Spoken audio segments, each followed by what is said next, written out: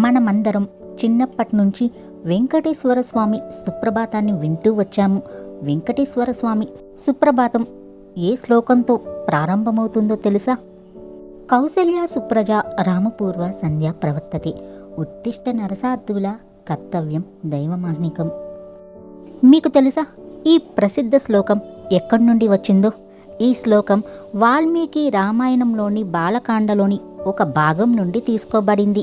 ఈ శ్లోకాన్ని ముని విశ్వామిత్రుడు బాల్య స్థితిలో ఉన్న శ్రీరాముణ్ణి ఉదయాన్నే లేపే సందర్భంలో చెప్పాడు. ఈ శ్లోకానికి అర్థం, ఓ రామ, కౌసల్యకుమార, లెమ్ము, పూర్వ దిక్కున సూర్యోదయం జరుగుతోంది.